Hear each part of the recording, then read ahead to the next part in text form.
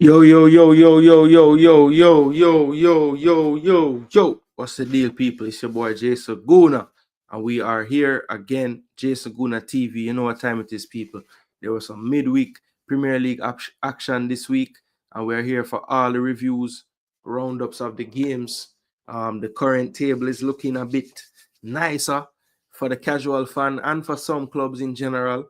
And we're just going to discuss everything that happened this week in the Premier League. Definitely going to look at the standings from the predictions this week. Sadly, we have some more donkeys of the week this week. Yes, plural. There's a few of you that did not fare too well this week. Hopefully, I am not in that set. And we have a champion as well, people. So we're going to crown the champ for week 14. Yes, so I want to thank everybody for participating. I don't know. Tomorrow, we'll have a preview show where you can try to reclaim your title if you had it before, or stop being a donkey. So that is the plan, people.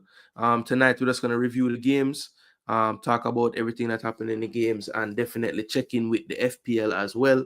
It was a quick turnaround with that, so check in and see if we sorted out everything in the FPL as well. So people, as in the check-in, you don't know, we're on YouTube, so you guys have to do the things that are required for YouTube. For me to have a little bit of success, I need anybody that views this video to smash the like button. It is a must, people. If you're here, just smash the like button. It is free. It is the best way to support the channel. If you're here watching the channel, that means some kind of way you like how I bring across the football to you. So please, people, if you enjoy the channel, if you like the show, you like the content, just like the video. Very, very important. Share the content as well, people. Let some more people know about the channel.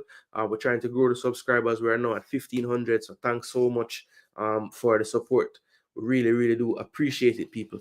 And of course, if you are brand new, finding the channel for the first time, yes, this is Jason Gooner. Obviously, I'm a gunner, but we follow all of the EPL. We also follow Jamaican football very closely, people. So if any of those things are things that you like, consider dropping a subscription, people, because you will not be disappointed. All right, so big up to Curris in the building from early out. Yeah, man, I'll pre-show the man. I send him comments. So big up Curris every time. Long time supporter of the channel. Yeah, man, respect. So, we're not going to waste no time, people. I'll get right into it. This week, obviously, a full slate of games, 10 games. So we're just gonna go through all of them, people. While I get that prepared, just make sure you guys do what I'm asking for. Just like the video, people. Like the video, it's very, very important. We really do appreciate that. So let me see.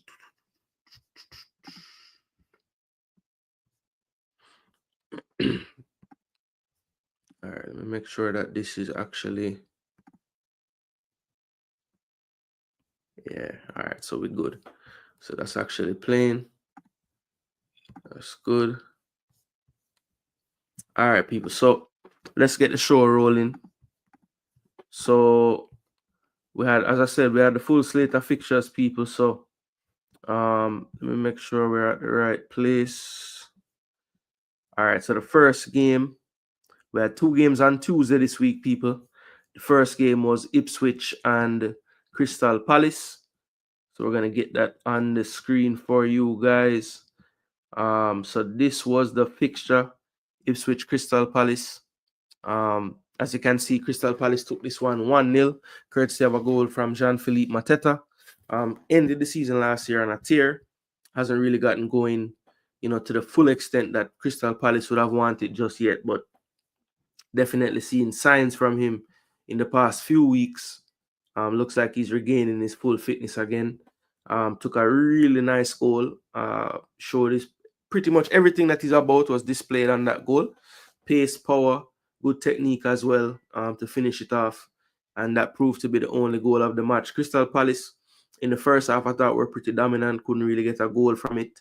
And I thought the second half was a lot more even. I thought Ipswich played some good stuff at times.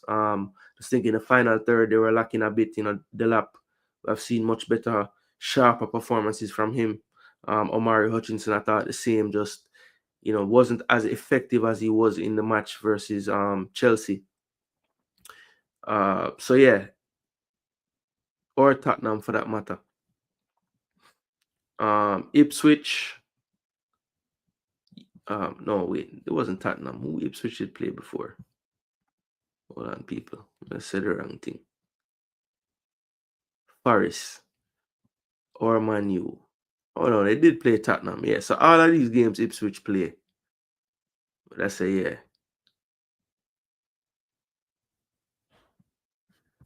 But anyway, back to this game, people.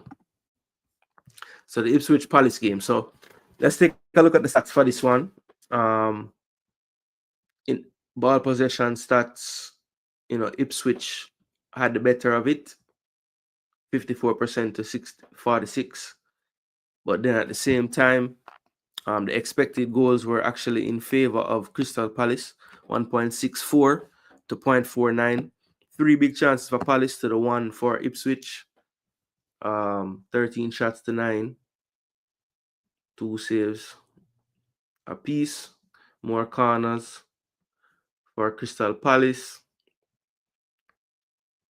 Ipswich with their passing style. Few more passes attempted on the day. Shots on target though very low, 3 to 2. So not that much goal mouth action, honestly, in this one.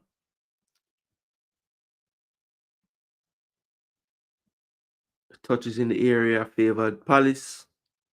Entries favored Palace, but pretty close, 64 to 57 there.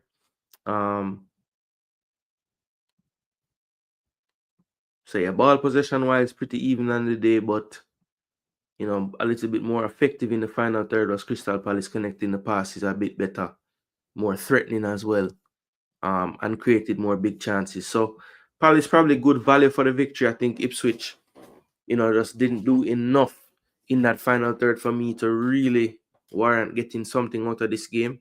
And in the end, I think Palace were the deserved winners. 1-0. Maybe they would have liked to get a few more goals in this one, but the way their season has been going, I'm sure Oliver Glasner is more than happy just to get a win.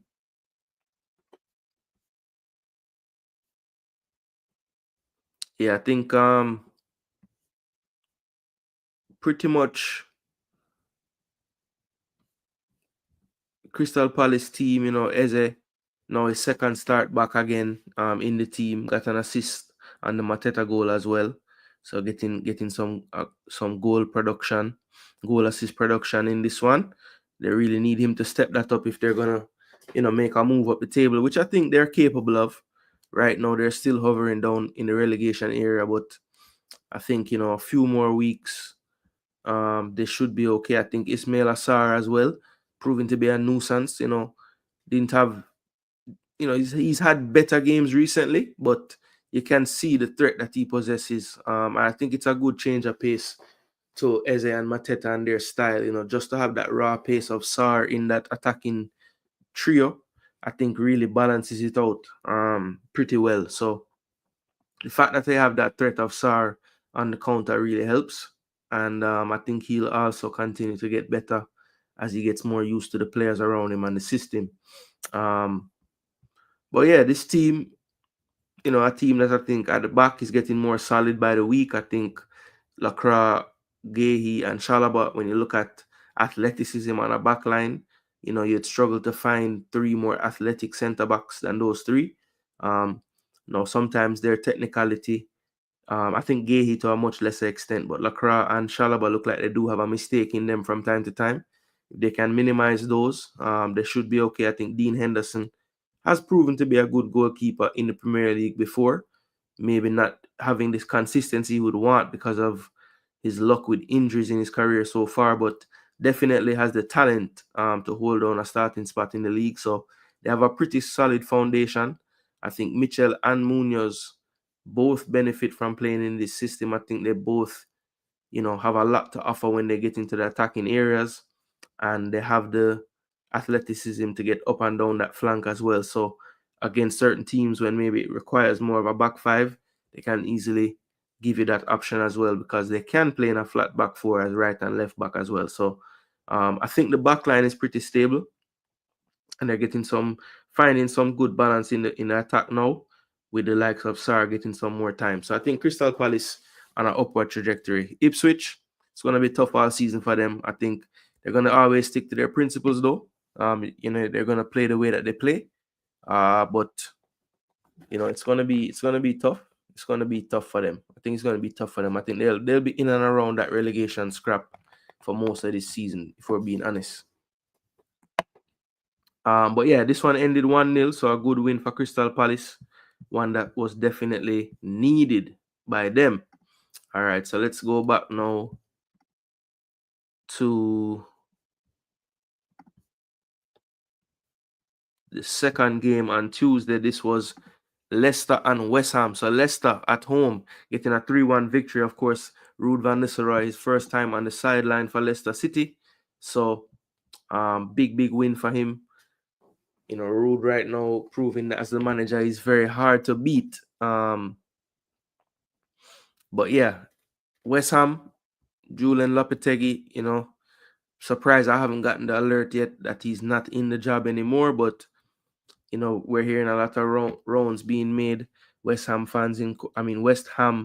inquiring about coaches, their availability, if they're interested, putting out their feelers out there. So I think the writing is on the wall for Lopetegui. I just feel like they don't want to pull the trigger until something is sorted for his replacement. So I don't think they want to go into the interim manager situation. They just want to try to see it out, but it might be too late by the time they pull the trigger on something, because West Ham just don't look like a club that is really playing for their manager. Some of the goals they gave up, some of the genuine effort from the team in the game was, pretty much a joke, to be honest.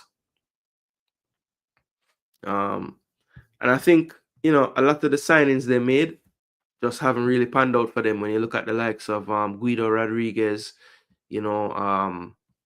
Todibo seems to constantly get injured every game. Wan-Bissaka is actually the one that maybe you could say has been playing well, actually. Been starting a lot, even chipping in with some goals here and there lately.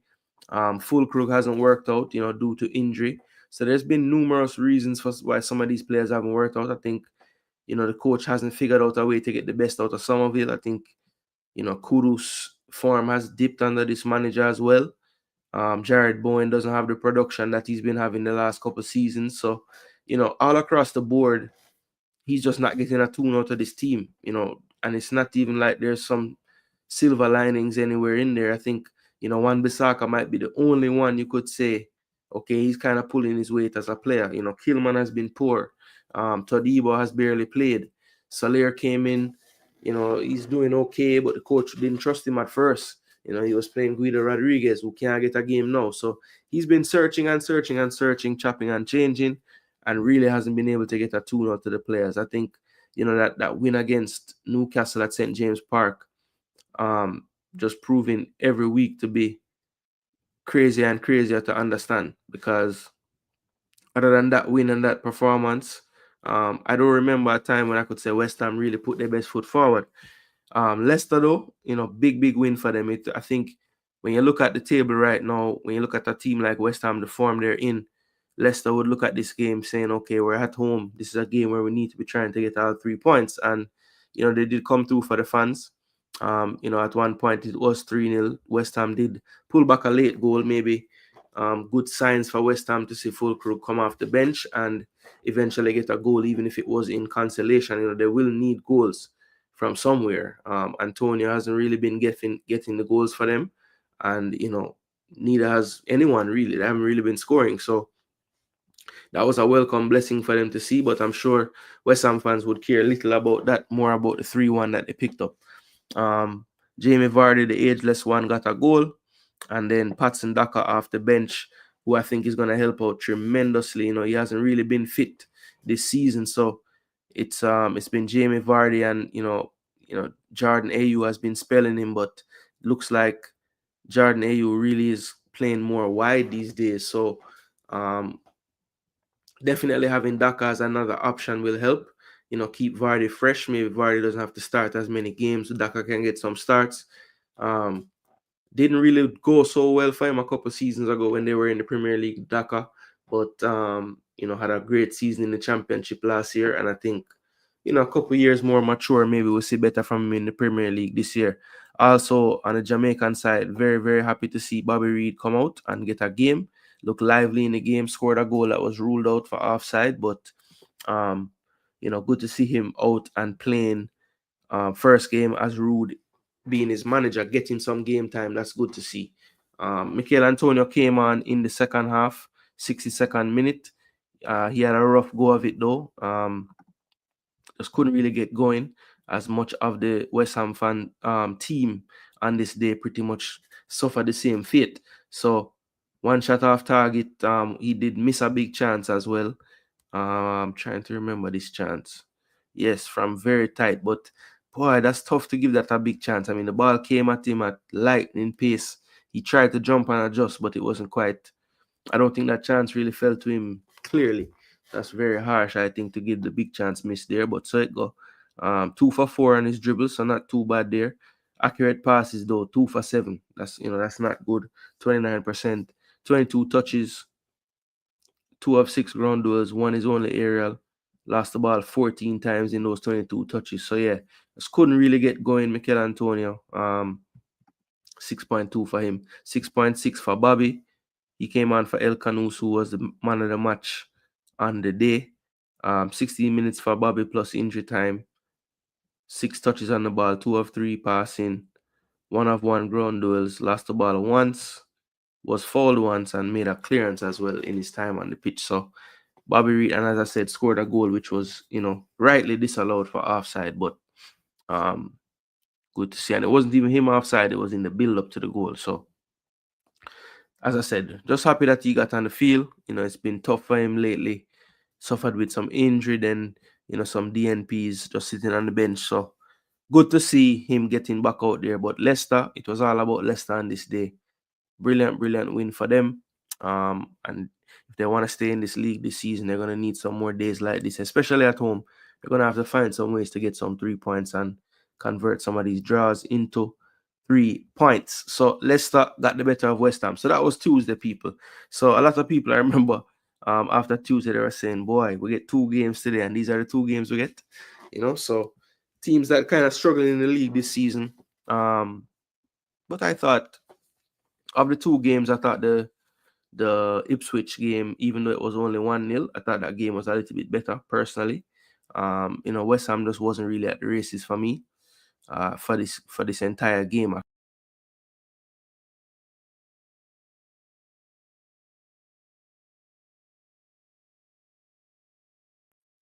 Sorry about that, people. Yeah, they end up losing 3-1 West Ham. Yeah, I don't know how this man still have a job. I don't know how, but I don't think it will be long, people, to be honest.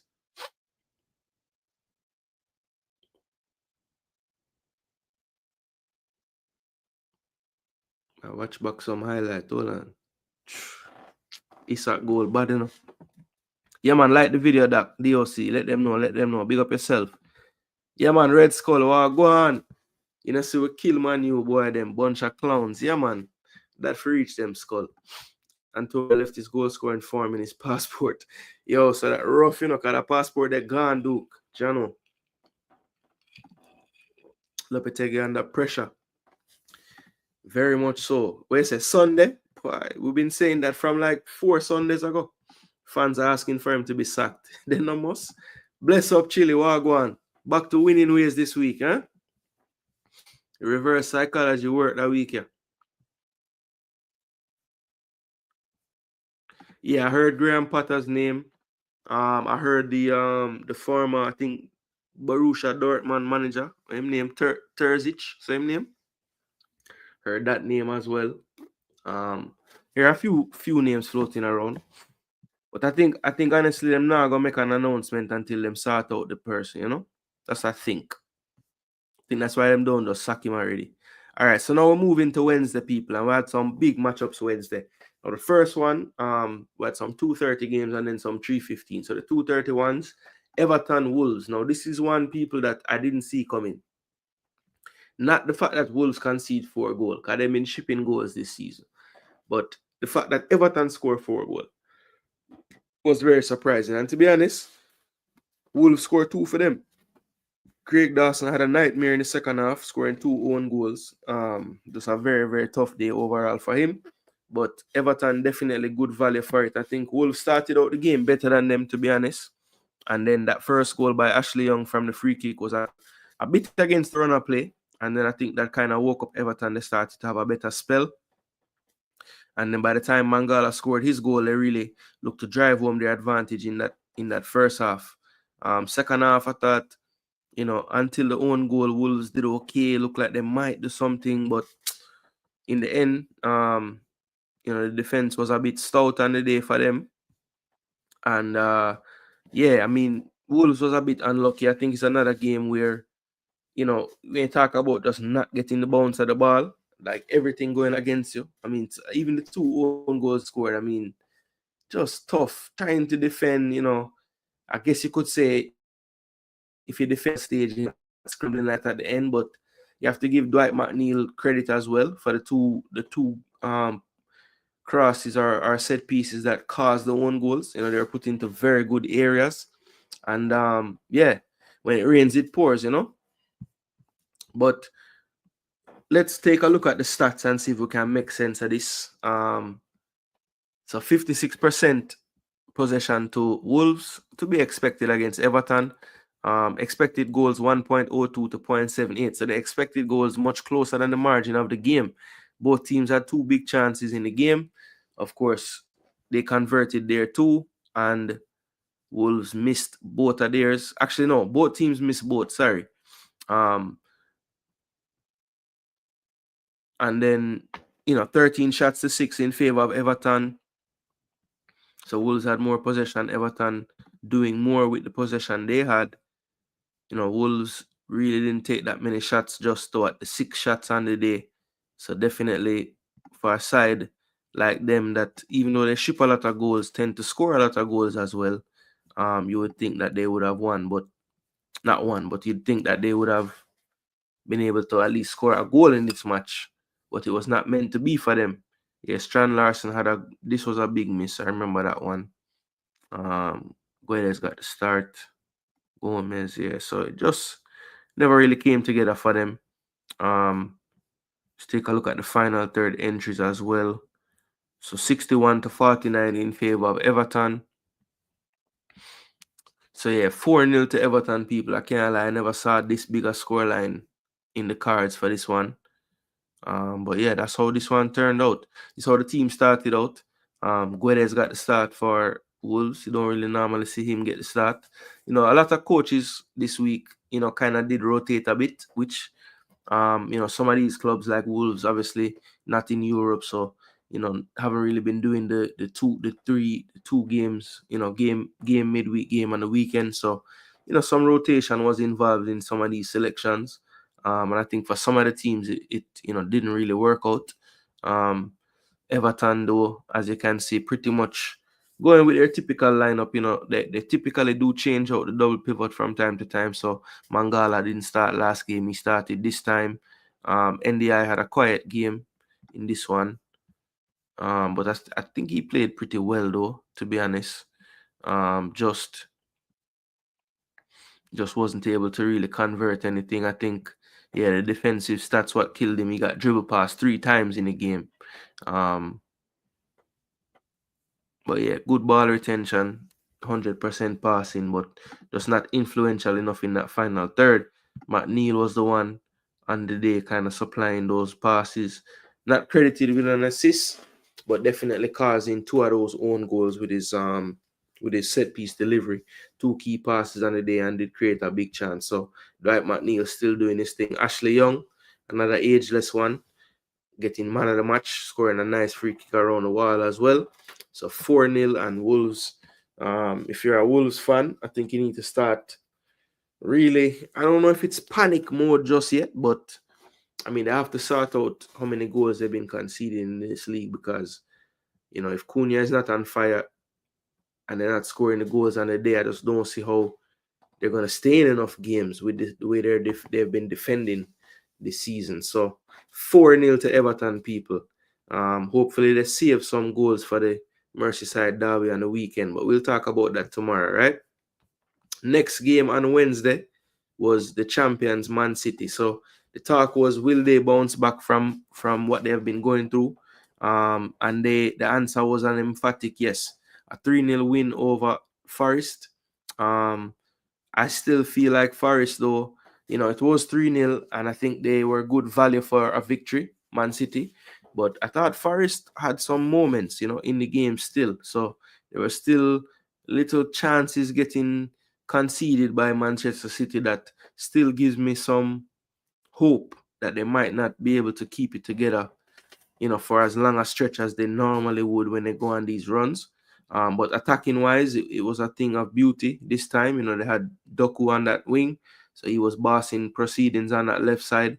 De Bruyne was back pulling the strings, and I think having De Bruyne on the pitch, it kind of Bernardo, who had a goal and looked a little bit more lively as well. We saw Jack Grealish playing in midfield in this game, and he actually didn't look out of place, to be honest.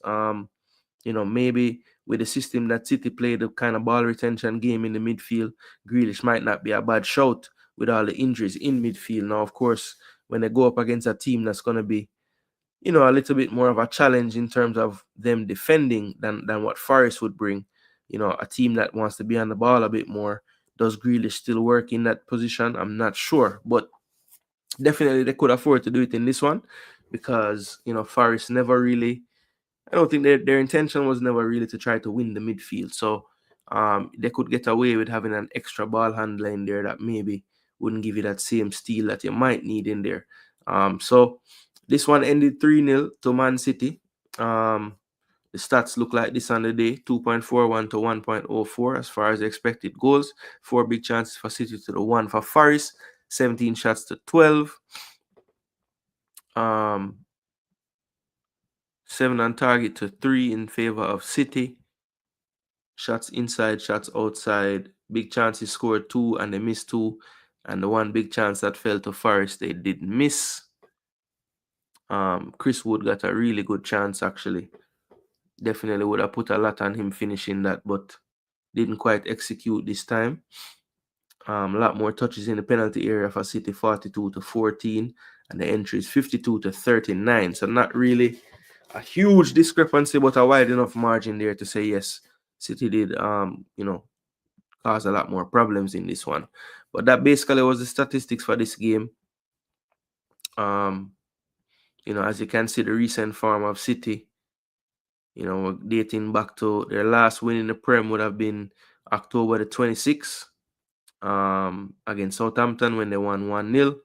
Then they went into a run of losses. They lost in the EPL Cup to Tottenham, lost to Bournemouth in the league, lost to Sporting in the Champions League, lost to Brighton and Tottenham in the Premier League, drew with Feyenoord after being up 3-0, then lost to City in the Premier League. So that was 4 losses in a row in the Prem. And then they ended up beating City. So they have a trip to Crystal Palace on the weekend. So we'll see if this form continues. And of course, tomorrow on the preview, we'll be back to give our analysis and prediction for that game as well. Yep.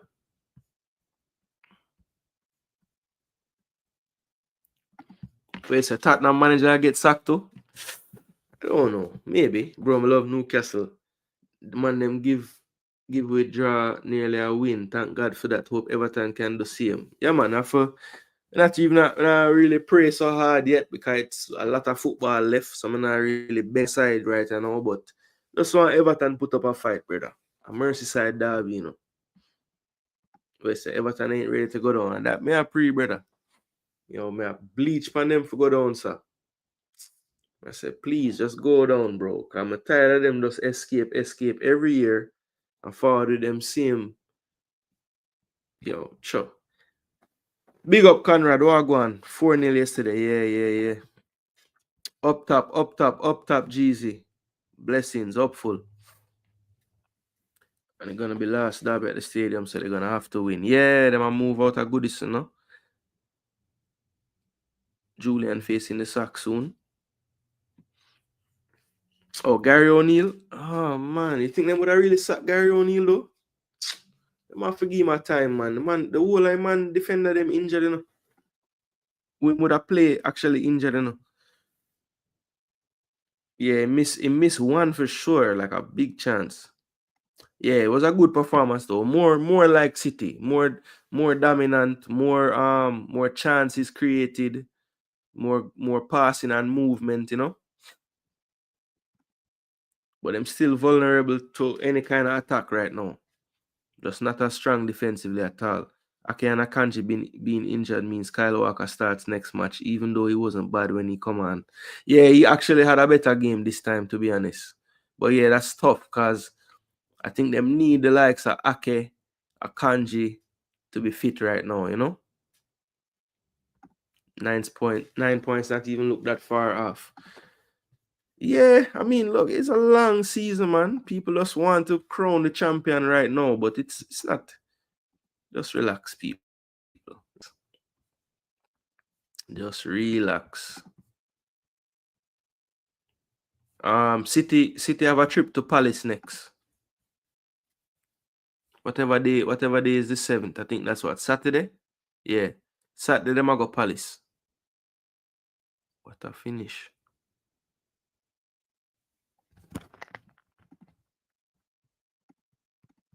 Alright, so that was Man City getting back a win. Big win for them. I remember asking a few weeks ago, is this Forest team really capable of, sticking around in this kind of European kind of race for the places? And I was saying I think they're gonna end up more pretenders than contenders, and they've had a couple of big losses to some of the contenders recently. So getting 3-0 from City and Arsenal. So yeah, maybe we'll see, people. We'll see. Let's see them play a team that's not named City, not named Arsenal, not named Liverpool, and see how they fare. All right, but this game probably I would say was the game of the week in terms of how the game went. So this was a 3-3 draw between Newcastle and Liverpool. I think when you talk about a Premier League game, midweek, nighttime at St. James Park, crazy atmosphere, goals galore, dents galore, bad misses, off the post. I mean, there's a little bit of everything. The only thing missing really was the red cards and stuff, which we don't really love to see those because we like to see the 11v11 ball game. But very, very good game of football, people. 3-3, Mo Salah again, pretty much having a hand in everything good from Liverpool, setting up Curtis Jones for his goal, then getting 2 goals himself. His second being at the time a 3-2 game, what looked like to be a game winner.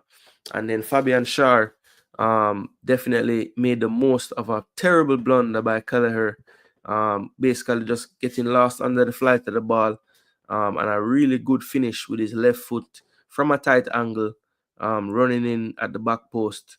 Schär made it 3-3 right at the death. So, very, very crazy game. 3-3 points dropped. Their second draw, only their third match of 14 that they didn't get maximum points. So just kind of gives you some context as to how good the season from Liverpool has been so far. But this is how the stats went for this game, people. As I say, it was a really good game. Liverpool bossing the possession 59-41. But as you can see, the expected goal is very, very close, 2.09 to 1.99. Both teams creating 4 big chances apiece. So both teams did very well in that regard. One more shot for Newcastle, 17-16. A lot more passes attempted by Liverpool, though. About 100 and almost 175 more, 164 more to be exact. More tackles from Liverpool in the game. 5 yellow cards to Liverpool, so it was a real rough and tumble affair. 6 shots to 5 in favor of Newcastle. Liverpool hit the woodwork twice. I know Salah hit it once. I can't remember who. I think was it Trent that hit the post too. Can't remember. And of course, Newcastle hit the post once as well. Then big chances scored, only 1 by Liverpool. They missed 3. 2 big chances converted for Newcastle, while they missed 2 as well. Through passes, 3 for Newcastle, none for Liverpool. Touches in the area, Liverpool had 14 more than Newcastle. Final third entries almost dead even.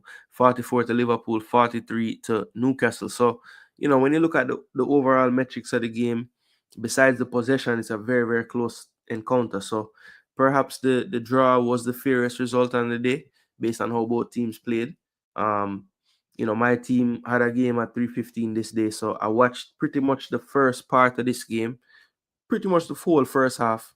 And of course, most of the action did happen in the second, so I ended up watching back the second half afterwards, and it was a very good game. I think unbiased, this was probably the best fixture of the week, in terms of just how the game went and everything, and even just some good games overall. I mean, there were some mistakes as well, but I think a lot of it was just good play from both teams at times. So Alexander Isak back on the score sheet and an assist.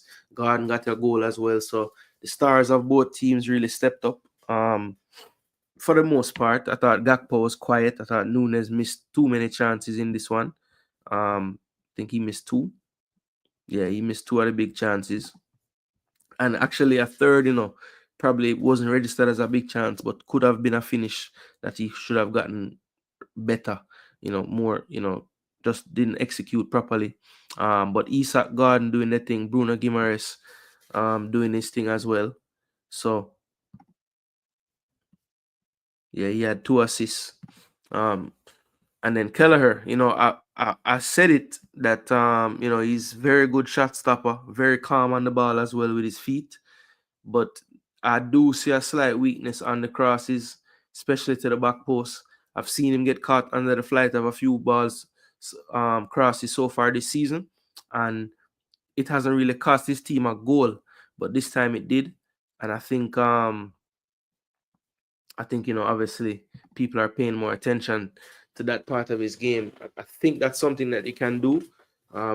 Definitely target that ball that just kind of looks like it might be going, out for a goal kick or something, but you have the player at the back post to bring it back, play that knock back into the area, or try to convert like Shearer did from a tight angle. So, Kelleher, I know Alisson and them should be close, not too far back. Yeah, he's updated to doubtful now, so it shouldn't be too long.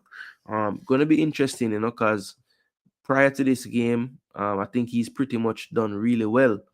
It's probably the first game where he has kind of cost his team anything, and let's see what kind of decision Slot will make, because prior to this game, I think people were saying, boy, I don't know, when Alisson gets back, maybe he'll have to earn it back, or maybe we'll have to wait. But maybe this makes the decision for the manager a little easier when Alisson comes back, just due to the timing of the concession, and what it would have meant in terms of just dropping from 3 points to 1 in the dying moments. But yeah, let's see. KDB coming back for his crown, as the best player. All right, at Chile, we're going to see Isak or Gyökeres. Who would you prefer at the carpet? Well, I've always said Isak, and I was kind of leaning away from him just due to, like, boy, him kind of make out a glass, Anytime I get any kind of hard challenge, him have to miss a game and them something there. But after those talent and ability, I still say Isak. I just feel like, even though Gyökeres put up massive numbers where him there now, and even in the championship before that, do teams go into games fearing him? I feel like Isak have that type of ability where, on his day, a team will just be like, yo, we can't stop this guy. You know what I'm saying? But I don't know. Newcastle was very intense. They really wanted to win. Absolutely. That game was a hard game, my brother. Hard. Nunes, my brother, continue the great work. Teach Salah your ways. Shearer never gave up. Good goal. Yeah, man, he never gave up on that ball. Enough people might have think that ball going out, man, but the man give up. And not only not give up, the man watch it on him foot for make sure him direct it right. So, yeah, man.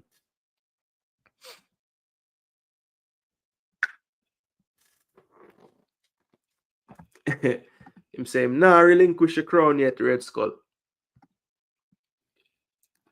But yeah, this fixture was a mad one, people. Mad fixture. Very good game. Very good game. 3-3. Obviously, City fans very happy. Arsenal fans very happy. Chelsea fans very happy.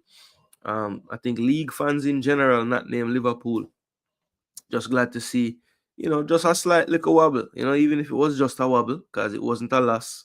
In the end, when they look back at their season, they might look at this and say, yo, that was a great result. Now, obviously, being up 3-2 and in the 83rd minute, in the context of that, maybe it's not the best result, but I feel like a lot of teams will go to St. James Park, even though it's a Jekyll and Hyde type of team. I feel like at St. James Park, as long as they have Isaac Garden up there in this atmosphere, they'll cause a lot of problems to a lot of teams in this venue. So 3-3 people, excellent game of football, I thought. Both teams really went for it, and in the end, I think the draw was a fair result and the balance of play. All right, so moving right along from Liverpool and Newcastle, very, very good game, as I said. The next one would have been Southampton and Chelsea. So this was the last of the earlier kickoffs on the Wednesday, and Southampton was put to the sword by Chelsea. Early part of the game, though, Southampton didn't do too badly at all. Thought they could have took the lead before Chelsea got their goal, and of course the goal was basically handed to Chelsea. Wait, was that the first goal?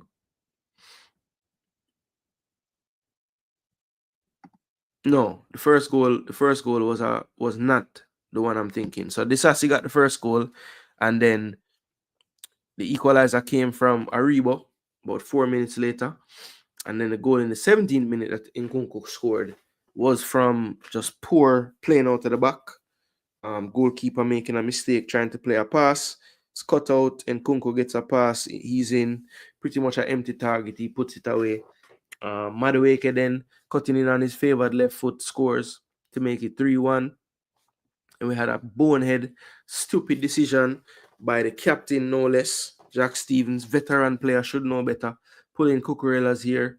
And of course, that's a no-no. So he was given a straight red card after getting a yellow. Ref went to look at it on VAR and upgraded it to a red. Then Cole Palmer got one as well. In the second half, kind of a scrappy type goal. Might have been going in, but he made sure of it from Nkunku. And then in the end, to make it 5, Jadon Sancho scoring, I believe, his first goal for Chelsea, if I'm not mistaken. Definitely first in the league. After coming on from Madueke in the 72nd minute. So Chelsea, now the leading scorers in the league.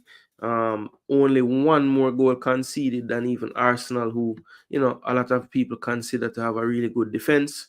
So the thing that I thought would hold them back, actually holding up pretty well in the last few weeks since they've been on this run of form.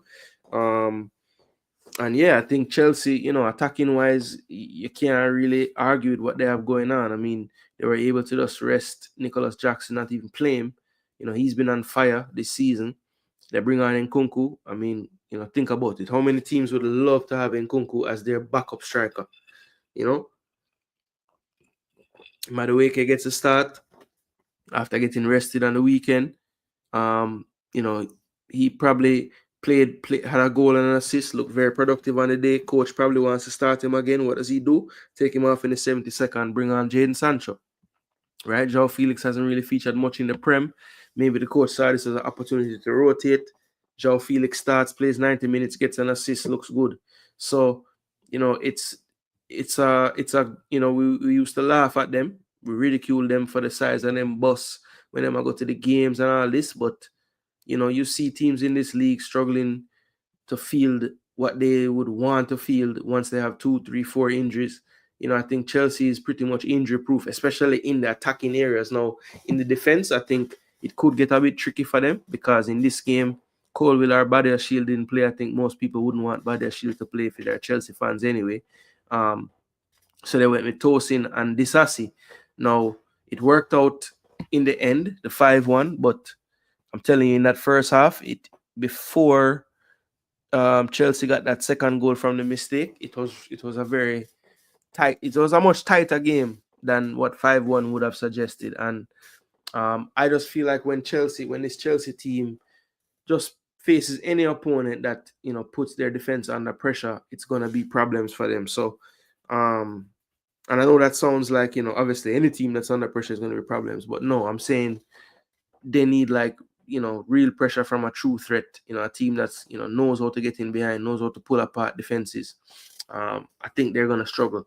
I just don't think they have the personnel, especially at centre back, to just ensure that they keep it really, really tight against some of the better opposition. Now, against these teams that they can just overrun, maybe yes, because, they're just going to force these teams back. But like I said, the better teams, I have to see Chelsea go through like a stretch of Prem games. I know this weekend is a tough one. And the only thing I think Chelsea fans should be happy about is their tough game right now is against Tottenham. And you just never know. Now, Tottenham, though, scary because they can lose to every side in the country and then beat Man City.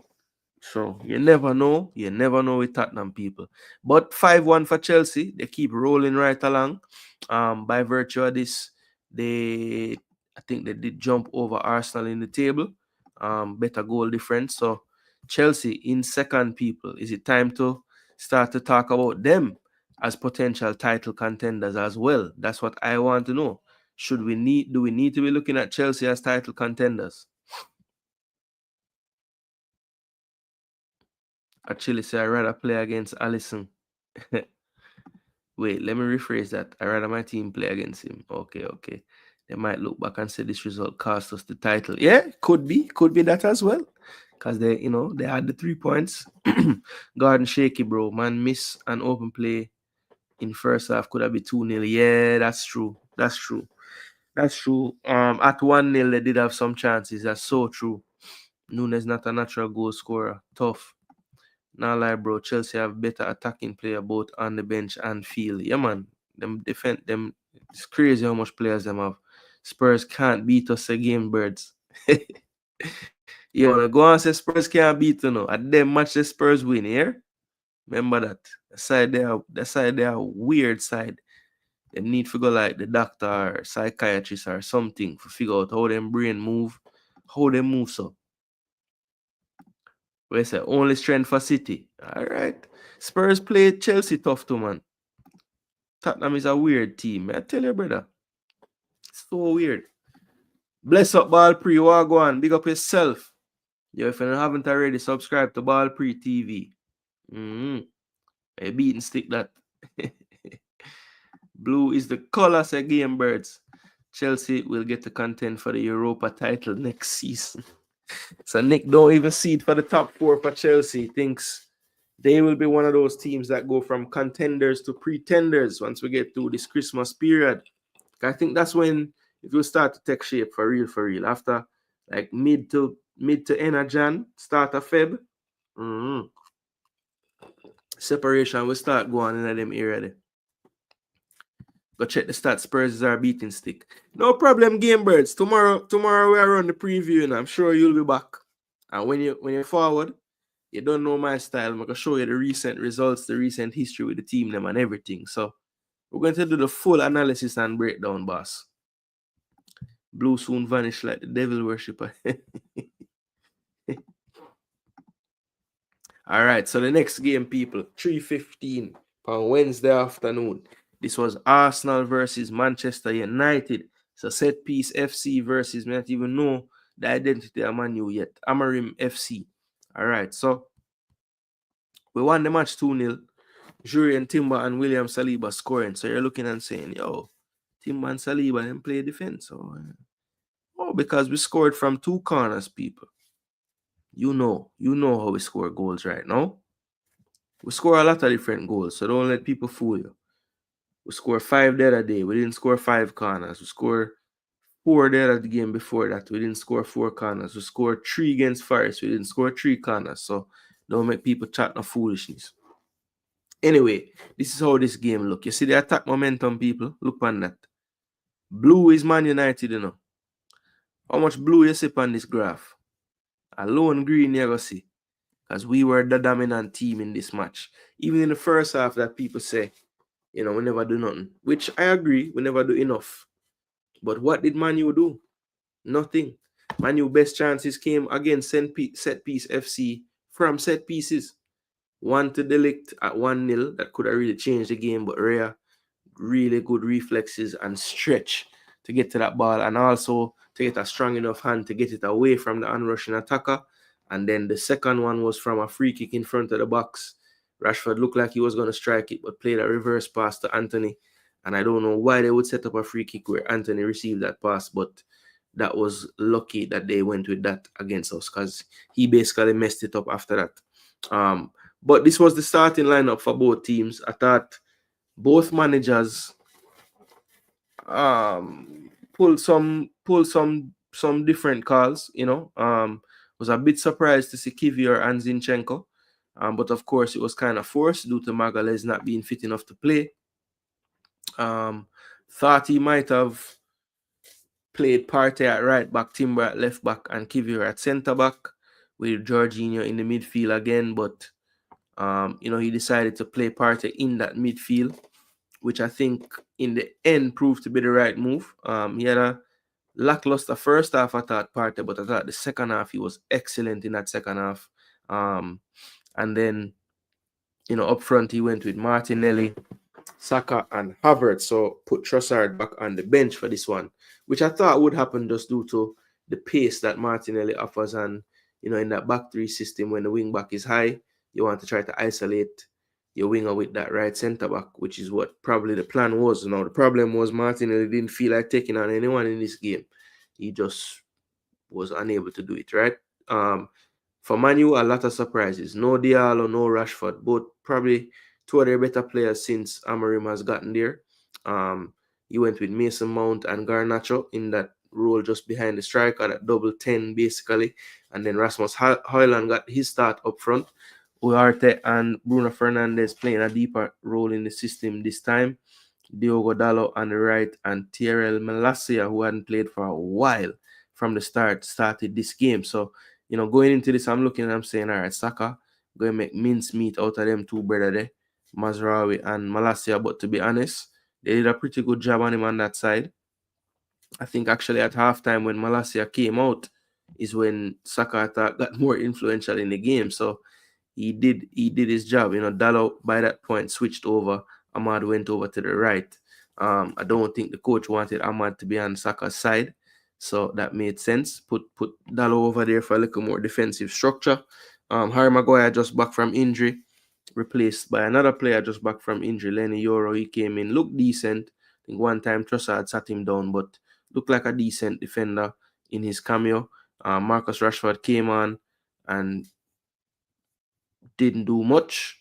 Did give us an assist because he tried to flick and kick away the ball and gave up a corner, which is like giving up a penalty against Arsenal right now. Joshua Zirkzee came on for Garnacho, and there was an Anthony sighting, as I said before, people. He came on for Højlund late. So Arsenal only made 3 changes. If you look at the bench, quite youthful. I think Gabby Jesus as well was dealing with a little something, so coach didn't want to risk him. Sterling didn't get a run one year, none of them. Tierney back on the bench, good to see that. Hadn't seen him in a while. But yeah, that was pretty much how that one went. But let's look at the stats though overall. So the ball possession dead even. But look at the expected goals, 2.16 to only 0.22. That's one of the lowest for the season for Arsenal, people, against 0.22. 5 big chances created by Arsenal, 14 shots to 5, 13 corners attempted on the day, and 0 to Man United. So if Man U was set piece FC, they wouldn't even be able to use it against us in this game. Passes, Man U tried 13 more. They had 4 more tackles. Shots on target was 6-2 in favor of Arsenal. 13 shots inside the box for Arsenal, so a lot. 2 big chances scored, 3 missed. 1 through pass by Arsenal. 36 touches in the area to only 6 for Man U. They had 9 more accurate passes than us. We had 13 more entries, 51 to 38.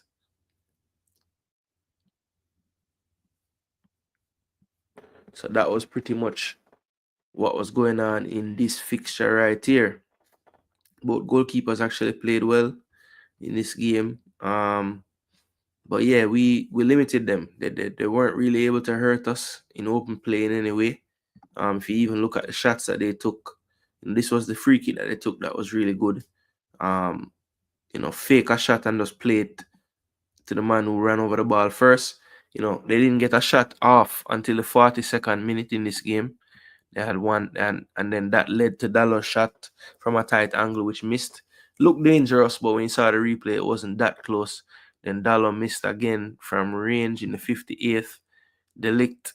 This is the big save that was made. I'm surprised he only got 0.07 for the goal. But I guess it was, he was backing up, and it was a tough header to score from where he was. But good reaction save by Riot there, and then the Anthony shot. In contrast, Arsenal, 22nd minute, 25th, 48th. So yeah, the first half, very, very midfield oriented, midfield battle, tactical battle. Second half, the game opened up a bit more. Yeah, I just think Arsenal just, as I suspected, a little more in tune with the tactics, the way of playing. So they were able to sustain a higher level for longer. I think Man U's form level did drop in the second half when ours, got better. And I think that's the difference. When we were able to go to that next gear, I don't think Man U currently, the way they are, can quite match that next gear that we were able to get to. So, yes, we did score 2 corners, but I think the dominance was clear to see, even other than the set pieces.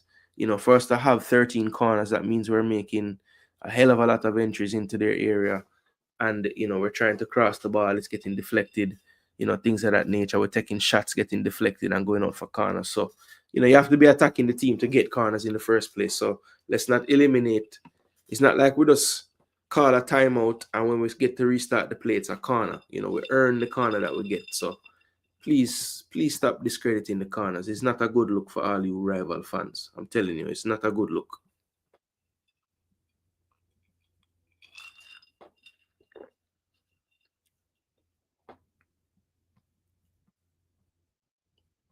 Wait, so Spurs will play we tough and them disappoint.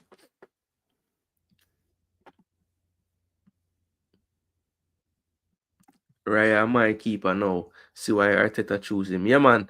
I get whole heap of cussing when he first came, Cause I was telling, cause they were like, yo, is he that much better than Ramsdale? Like, why we gonna spend 30 mil on the next keeper? And I was like, bro, the way Ramsdale play does not fit with how we play. The man is too anxious on the ball. Like him just give you anxiety and make the crowd nervous. And bro, we need a more accomplished player with the ball at them foot, brother. And people weren't really seeing it as a goalkeeper at first. But I was like, just let him get comfortable in the team, man. And like this season, him been pulling off some brilliant saves. Wayside FC, because you're going to make City win, Liverpool draw, and come with this performance. For real. They really are a wayside. Honestly, when see line up, me did worry, bro.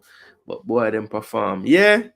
I mean, he had to go with it, That's why you have a squad, brother. You have to use them. And I think, to be honest, we have to put a little more respect on Kivior name, because remember, there was a crisis last year and him get thrown at left back and he had some wicked performance at left back. And I think maybe because we haven't seen him play centre back in so long, we forget that he's a damn centre back in the first place, So, and I think Saliba stepped up in that, normally Gabriel Magalhaes is the aggressor, but I think either Arteta had a talk with him or him just realized that, okay, on this backline today, I have to be the aggressor. I have to do more things like what Gabriel would do. And see, he chipped in with a goal as well. I mean, yeah, he never know much about it, but it scored. And I think he was the one like getting into more duels, and Kivior was the more the one doing the covering, which is kind of a change for him. Typically, that's Gabriel doing that and him doing the covering. So it was good to see that he could show that side of his game a little more robust, going into more challenges, trying to win the ball higher up as well, trying to step into midfield to win the ball more. So, yeah, it was good to see that he has that versatility and just doesn't have to always play that more covering role of the two centre-backs. Watergun won't win a thing. Tap your nice. Bless up, float. Arteta has no respect for United. Zini started. Martinelli need to be sold or get another left winger. Yeah, Red Skull, it's getting sad, man. It's getting sad. Yeah, Jover might earn more than some Premier League managers very soon. boy, them did plan for Saka and Odegaard. The only reason why I can't help us thanks to them. Yeah, they had a good plan on that left side. I think he was smart to put Mazraoui and another defender over there because Mazraoui have the speed, and so does the player that was ahead of him, Malacia. And then when they bring Dallo over there, that's just two more defenders over there again. So, yeah, they made sure to have the coverage on that side, and they knew that on that side, you know, they were taking a risk with Bruno in that midfield. So they didn't want him to have to be the extra person covering it. They wanted the coverage there. So, yeah, they had a plan for that right side of Arsenal. Watch match Sunday. Yeah, so that is how this one went, people. 2-0 to the Arsenal people, to the good guys, you know. But Manchester United should be proud. Not proud. It's just too strong a word, but I think you can see an identity forming for sure. Very early out. I think where this coach going to run into problems is they don't quite have the players to really carry out what they want to do fully. And so I just worry that in his frustration, he's going to maybe ask them to do things they can't, and it's going to cost them. But so far, so good. He's having the patience. You could see that he played his style with a bit of a handbrake in this game. You know, wasn't really ready to force them to do too much. Just keeping it real simple and keeping that solid defensive shape. But yeah, I think as he gets more familiarized with the team, you know, maybe we'll start to see a little bit of that handbrake get released. And we'll start to see a bit more attacking impetus from Man United. Because right now, I think he's really trying to just work on conceding less more than anything. Especially against a team like us right now, who clearly is a lot further along in our progress as a team and under this manager. So 2-0 to the Arsenal, great victory. I think that's 4 in a row now in the league against United. I think they were saying that's the first time an Arsenal manager had done that. So Arteta was thankful for that stat. But yeah, 4 times beating Man U in a row, that's nice. Aston Villa versus Brentford was the last game at 3:15 on Wednesday, playing same time as the Arsenal game, and this one ended 3-1 Villa. So Villa, as well as City, kind of getting a bounce back performance. Morgan Rogers, Digne, Matty Cash, Ali Watkins all had really good games. Leon Bailey did start this one after being benched on the weekend. He lasted 65 minutes, I think it was. Got a 6.8 rating. Took one shot on the day that was saved. 31 touches, 10 of 16, so not good on the passing there, 63%. 0 for 2 on the crosses. He was 3 for 3 when he tried the long passes. 1 shot on target, I showed you. 0 for 3 on dribbles, 2 for 7 ground duels, 1 of 2 aerials, 16 possession loss. Committed a foul, was fouled once, had 1 interception and 1 tackle. So that was Leon Bailey's game by the numbers. Played 65 minutes, as I said. They have another one on the weekend, so maybe one eye on keeping him fresh for that. I think also just, you know, he had just ran his course for the game. But this one was an interesting one, you know. Aston Villa up 3-0 at halftime. Again, Ethan having a bit of a tough time, and his defense in general, to be honest. But Ethan's game looked like this by the numbers: 90 minutes plus injury time, 0.06 expected assists. He had 7 clearances on the day. I think he leads the Premier League in clearances per game. Clearances per game. Does Pinnock. 1 interception on the day. He did commit a penalty as well in this one. He was 0 for 3 on the ground duels.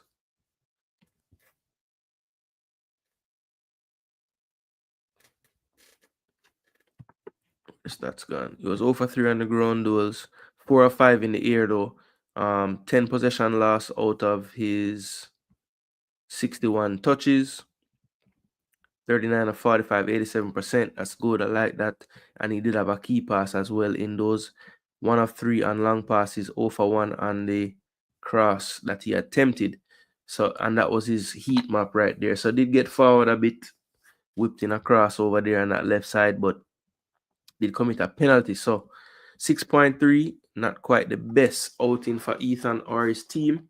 Brentford definitely not having the same fortune away from home as they are at home. I think if you break down their points, home and away, like 99% of their points have come at home. So they'll have to get some more away fixtures going if they want to, really get away or far away from those, threatened positions that they were kind of close to towards the end of last season. But I think this team will have enough in the end. I think Wissa and Shaw, they had quiet games, and Boomer was trying, but didn't really have the help up front. I think Damsgaard has been really good for them this season. Pretty much consistently giving them good performances. But I think Aston Villa got this win mainly because of the that first half stretch of time from 21st to 34th minute, when they pretty much effectively kind of put the game to bed. 3-0 at halftime, upon going, in this game. I think, it was pretty even possession wise. Expected goals definitely in the favor of Villa. They created 3 more big chances, 4-1. They outshot them 20-9. Emi didn't make a save on the day. 7 saves by Flecken. Usually has a lot of saves actually in games. Then we have shots on target, 10-1. So a big discrepancy there. So yeah, it was pretty dominant on the part of Aston Villa, and they needed that. They hadn't really had a performance like this in a while. They lost to Chelsea in the league. They drew with Juve, drew with Palace, lost to Liverpool, lost to Bruges in the Champions League, lost to Tottenham in the league, and lost to Crystal Palace in the EFL Cup. Before that, drawing with Bournemouth in the league. So not the greatest run of forms. If you see there, that's 4 losses in a row throughout competitions, then 2 draws, another loss. So it was not a good. I think they were winless in their last 7. I think it was 1, 2, 3, 4, 5, 6, 7, 8. So winless in their last 8 fixtures actually. Before that 3-1 victory over Brentford. I think Brentford, proving to be not as difficult of an opponent when they travel away from the confines of their home. So that will be one to watch looking forward. Brentford away from home, is that something you can just chalk up to being an L at this point based on how they're playing away from home? Yeah, we'll have to see, people. We'll have to see. So that was it for Wednesday. Now, there were 2 more games that were played today. One being Fulham versus Brighton. That was the earlier game today. And this one as well might have been a surprise to some. A 3-1 victory for Fulham. I think most people had this a draw or a Brighton win. Couple had Fulham wins as well, but I think majority had it going the other side. Alex Iwobi with 2 goals today, 1 gift, and then 1 at the death as well to pretty much seal it. They were up 2-1 late, and they went ahead and got that 3rd goal to make it a 3-1 victory over Brighton in this one. So I think Brighton, another team that maybe away from home doesn't travel as well. They've had decent results, but I think the football is a little better at home. But in this game, even though they lost the game 3-1, they had the expected goal advantage. They had more big chances created as well. So it's not like they played horribly. They had more shots as well. So yeah, they had a chance in this game for sure. 3 shots on target to 2, so not that many shots on target. When you look at the entries as well, you'll see another story being told. They also had 14 more entries than the eventual match winners, Fulham. So yeah, definitely did enough in this game, Brighton, to get something out of it. But in the end, when you give away a goal and you unluckily, I thought, give away own goal as well, then you're gonna have some issues, right? So it's a bad result for Brighton, but I think if the coach is looking at it from a perspective of performance, I don't think he should really, throw his toys out the pram. I know he was actually in the stands today serving a suspension, had the earpiece in, so I'm sure he had a say and everything. But yeah, I think the team played well enough to get something out of it. Just weren't able to convert their chances, honestly. Game could have been a lot different if they were able to do so. They pretty much dominated that first half after they conceded and just could not get the goal. They did get the equalizer eventually through Baliba, who had a great strike.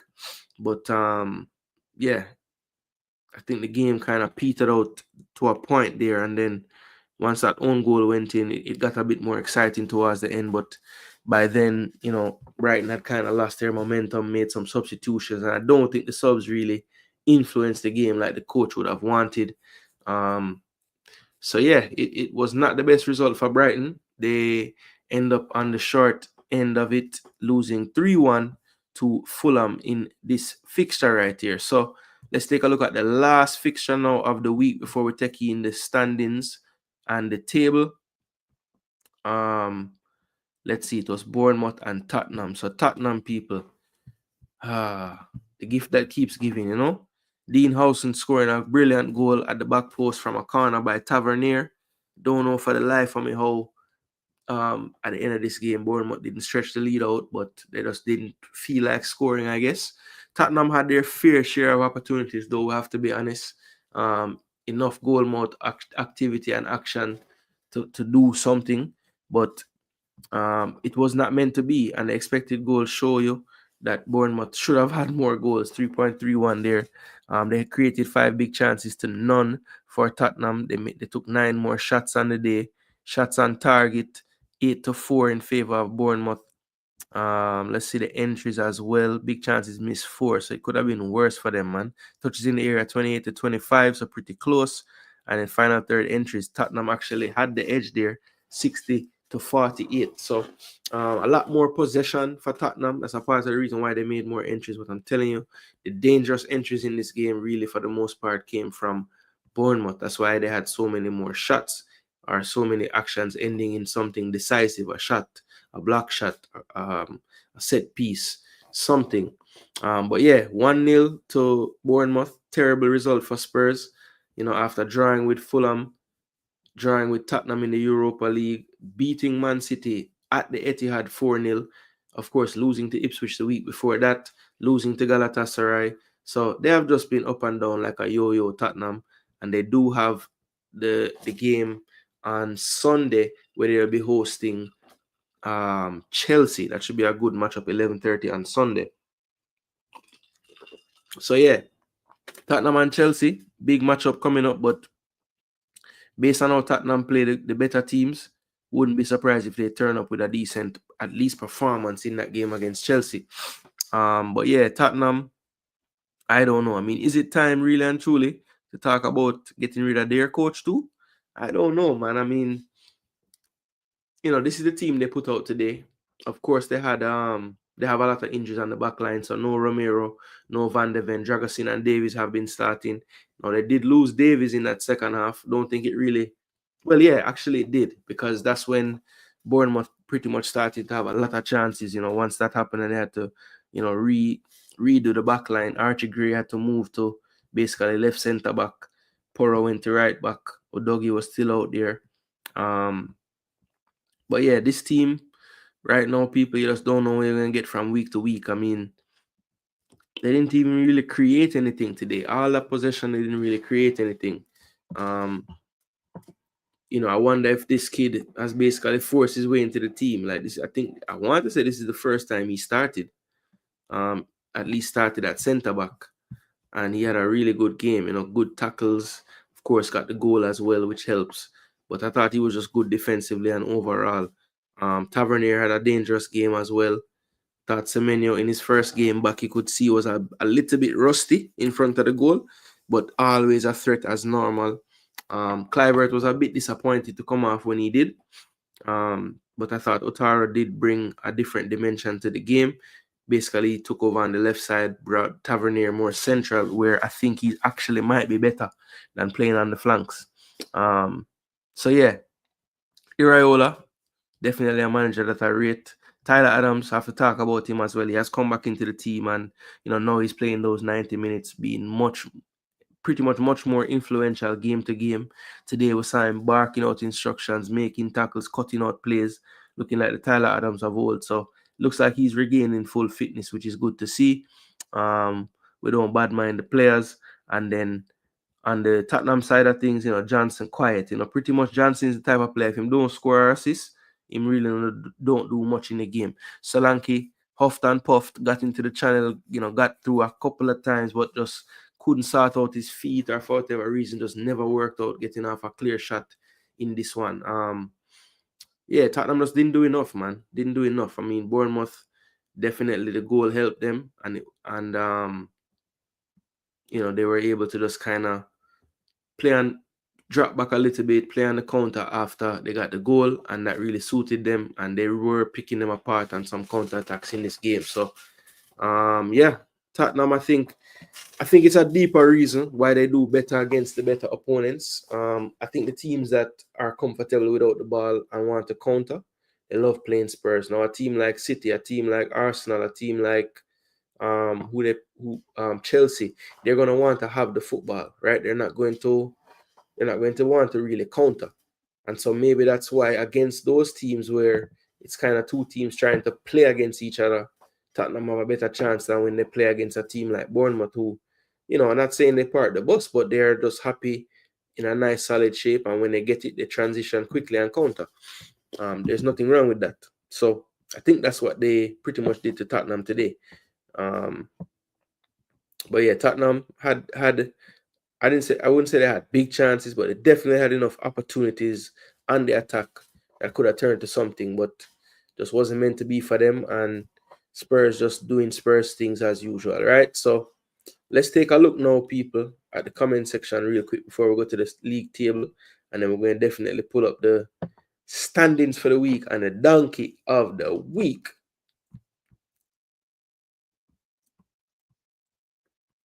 Wait, sir, left winger is what we need. Boy, we need to figure out what we need. We want a striker or a left winger. It's the history of the United, not having the players for the manager's system. Yeah. Not the best day for Brentford and Father Rupert. No, wasn't. This last will them to beat Chelsea. Yeah, man, I'm telling you, man.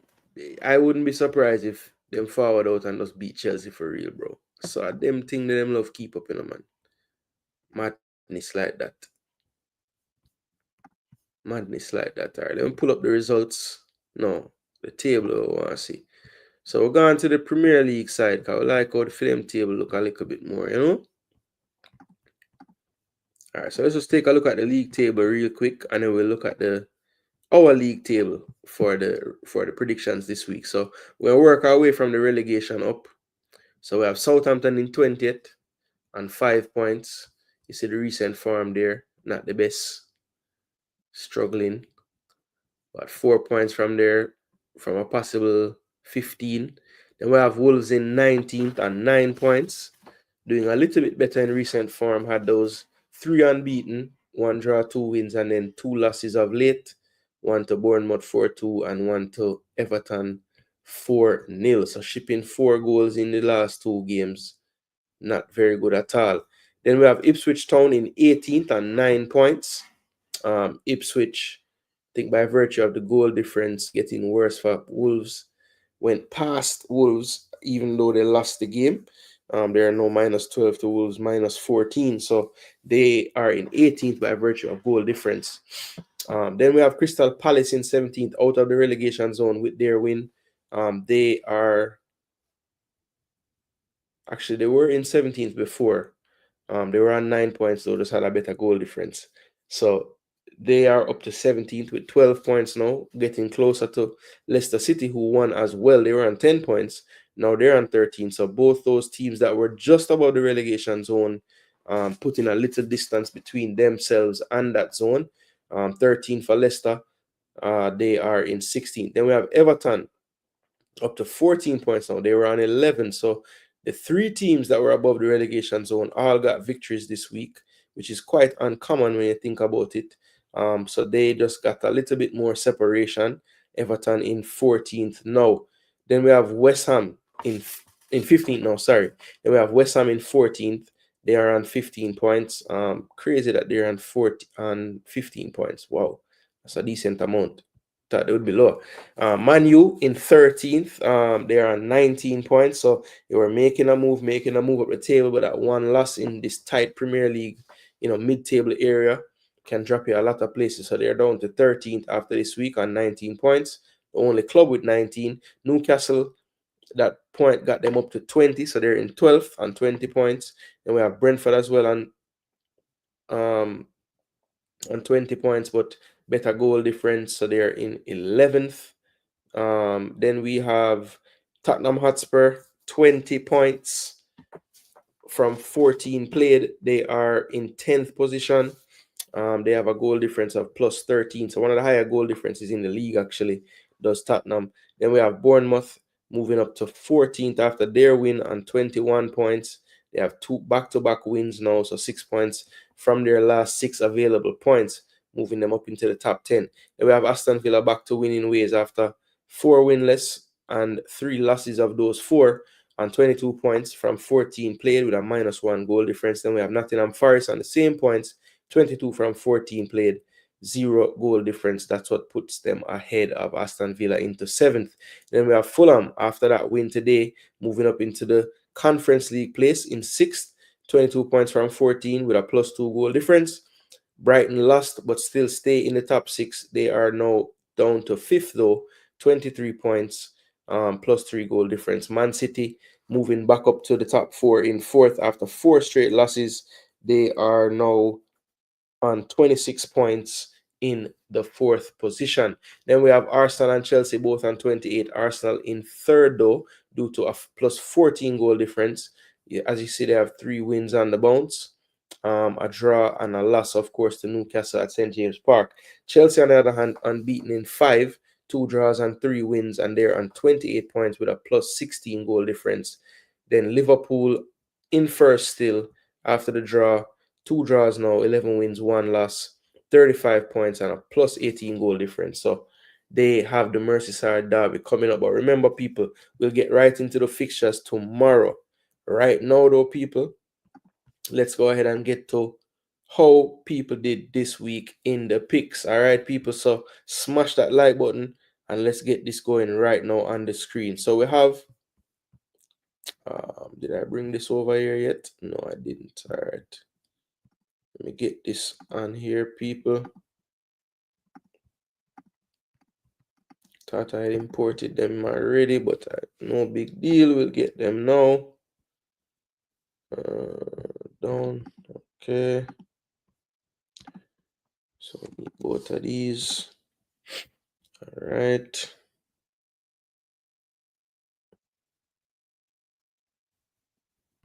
All right. So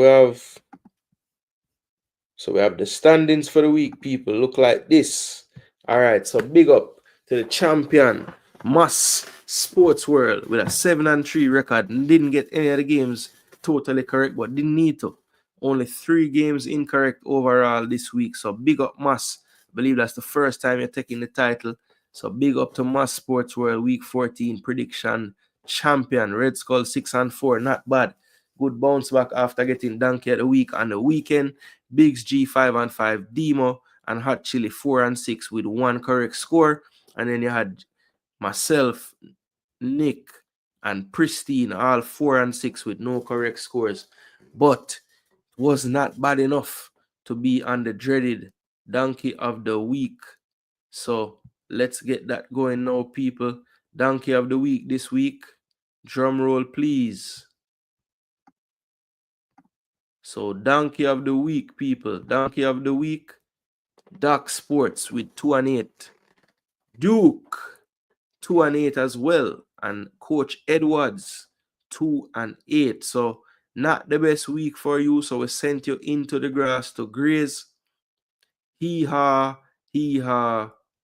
DOC Sports, Duke, and Coach Edwards. Duke, you're making this a habit, you know, man. Come on, man.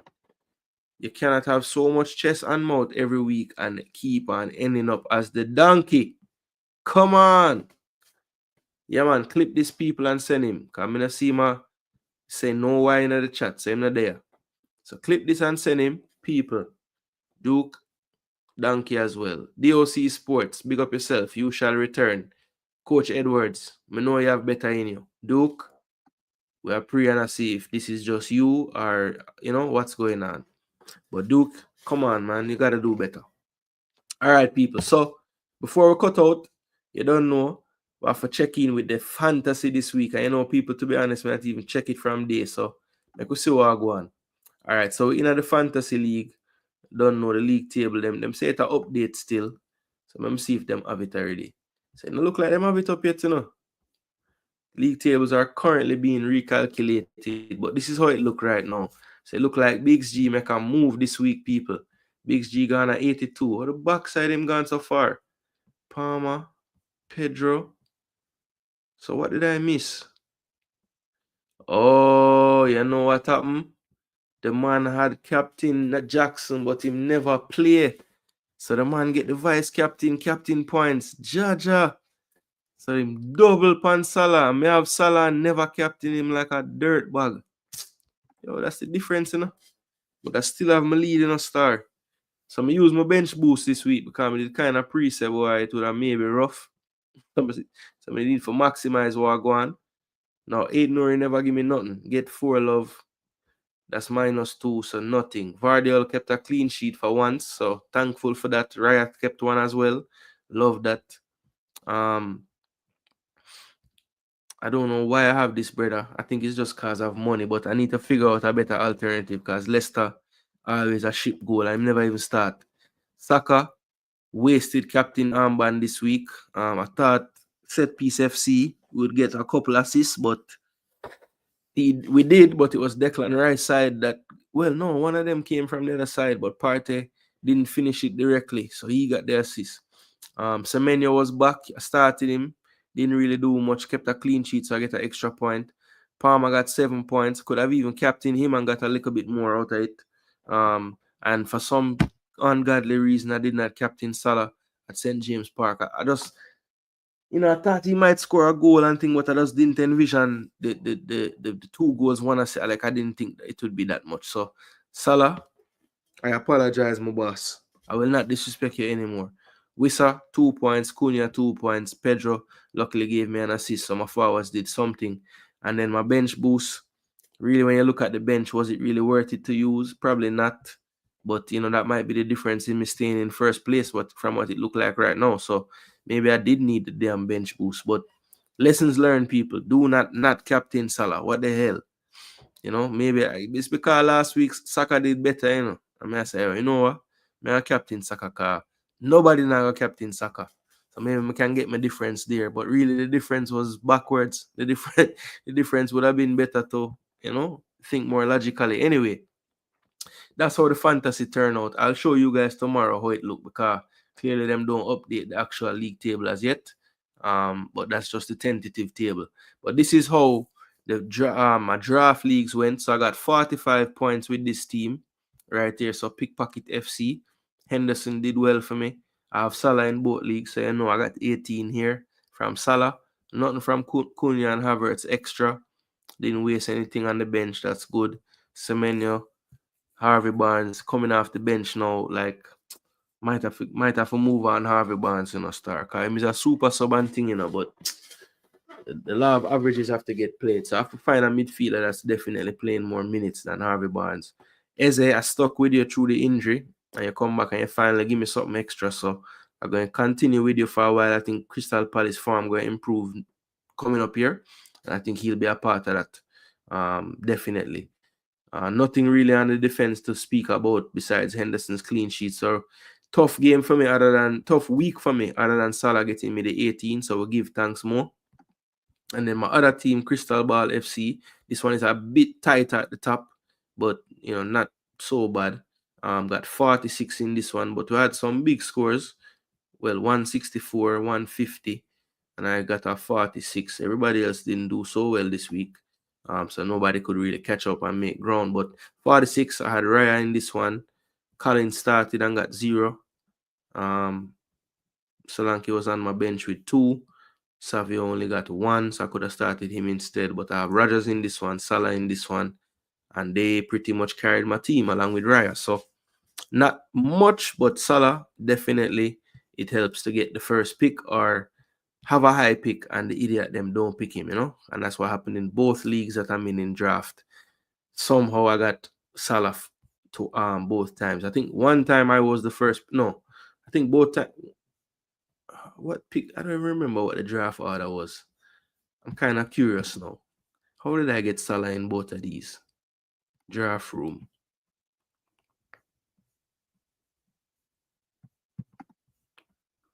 So I had the second pick in this one. Haaland went first, then Salah, then Saka, then Palmer, Foden. What a waste that is now. I mean, you wouldn't have known that then. De Bruyne, Bruno, and Son. That was all the first round picks. Wow. And then let me check the other one. So that was one. How am I get him in another one? Yeah, I don't think I had the second pick in this one, you know. Yo, look there, people. Look how this league is a mad league. I had the fifth pick overall. I'ma still get Salah. Man take Saka, Bruno. This man is a madman. Cole Palmer I could understand. Haaland I could understand. But Bruno, guess I could understand Saka too. But the Bruno one is mad. Bruno one is mad. Look at the difference there. Salah gone 151. Saka gone 100 at least. Palmer gone 107. Haaland gone less than them at 91. Look where Bruno there. 63. So to me, that must be a waste. You know?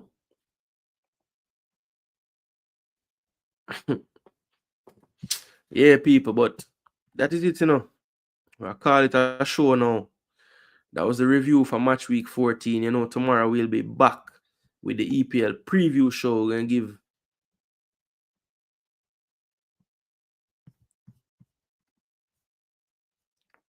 we'll be back with the preview show tomorrow. Respect Ponroy. Red Skull are dead with love. DOC in the building, brother. Donkey I lose weight. Where say? He was injured. So I don't know what that have to do with picks. Hee-haw. Yeah, man. Donkey. Pristine, not true body, no. Let me show you.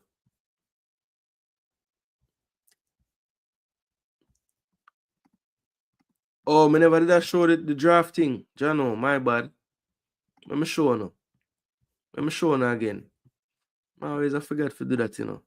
I want to show you this because when you look back on them drafts, man, it's like, damn, what were we thinking? Well, not me. I like most of my team. But this is one of the leagues I'm in, all right? I think it's 8 away in that one, yeah. And I'm going to show you. This is how it did go. And I see this, right? So, the first pick was Haaland, then Palmer, then Bruno, then Saka. Then I had the fifth pick. I'm going to get Salah. Right? Then the rest of the first round was, this is 9 people. Foden, Son, De Bruyne, and Isak was the 9th pick. Then the first pick of the second round was Odegaard, then Watkins, Garden, Nico Jackson, and then I picked Havertz, which I was almost regretting at the time because, you know, obviously Bowen was there. I would never pick Rashford so high. Then Tony get picked. Ben White get picked early. Diogo Jota. So them, like some of them pick, you know. Then Solanke, Doku, Alexander Arnold. Then I picked Eze in the 3rd round, which not looking the best, you know, because Diaz, but we never know Diaz would have take off like this. I could have went for a defender like Saliba early, but yeah, man, it's nice to look for them thing. And then the other team now, this one, it's the other league, I mean. This one is 8 people. So the team them is a little bit easier to get better players because it's just 8 and not 9. But in this one, I'm going to show you. So I had the second pick in this one. So Haaland go first. I pick second with Salah. Then Saka, Palmer, Foden, De Bruyne, Bruno, Son. Then, of course, since you pick second in the first round, you pick like second to last in the next round. So by the time it roll back around to me again, I'm go for Havertz. And me just I try to pick Arsenal baller like an idiot. I really should have picked Garden. All right, but then I picked second right away again. So I knew I would get another striker. I wanted to get strong forwards in this one. So I got Solanke. And then by the time it rolled back around to me again, I just got David Raya to try to get a good keeper. Then I got Declan Rice, which was a stretch at the time, but me did I pre the corner kick them, the set piece problems. And you know, I kind of dash him way too early. I don't even have him again in this league. Them just have a big week. But yeah, kudos at the draft as well, who I don't have anymore. I drafted Ake and I got rid of him because he was injured all the time. I drafted Zinchenko only for the start of the season because I knew he wouldn't play that long. Cunha, that proved to be a great pickup all the way in round 9. Can't believe he was there still. And then Nkunku, who I don't have anymore. I still have Konate, but I might get rid of him because he's out for about a month. I even drafted Rodri. I know, star. My side would have big if man never injured, you know. But anyway, people, that is it. Before me cut out, I got one more time, I got show you. I got show you what it go on in the week for the standings. So that is the standings for the week, people. Big up again, my sports world champion for the week, 7-3, not a bad record. One of the best ones actually this season. I think 7-3 is the best anybody ever do.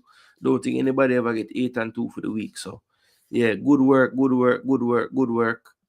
Only 2 players got a winning record this week, so proved to be a tough week for the picks. And then of course, you know, when I like for what have to do with people, I have to show no donkey for the week. And there was actually 3 of them. So we need to get a better video with more than one donkey.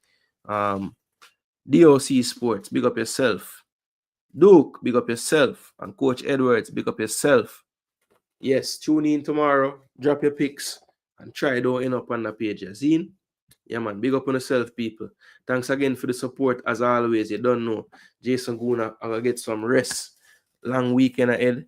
Julie have our last tournament for the season. And Pops can't even go the damn thing, star. Can't believe these people.